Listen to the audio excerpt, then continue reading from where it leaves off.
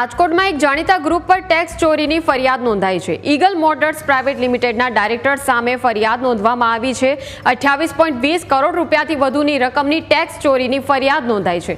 વેરા અધિકારી સંદીપ ચાવડાએ સમગ્ર મામલે ફરિયાદ નોંધાવી ઉદ્યોગપતિ મનીષ બાવરિયા સહિત 5 લોકો સામે ફરિયાદ નોંધવામાં આવી છે। ઈગલ ગ્રુપના સંચાલકે વેટ સીજીએસટી નહીં ભરતા હોવાની ફરિયાદ છે। વર્ષ 2008, 2009માં 2014-2015માં ટેક્સ ચોરીની માહિતી મળી હતી।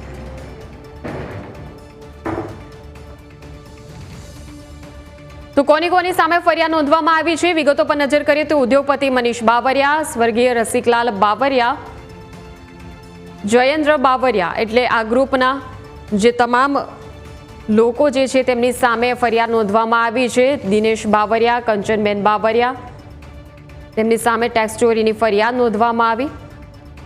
રાજકોટના ખૂબ જ જાણીતા ઉદ્યોગપતિ છે મનીષ બાવરિયા, તેમની સામે ફરિયાદ નોંધવામાં આવી છે।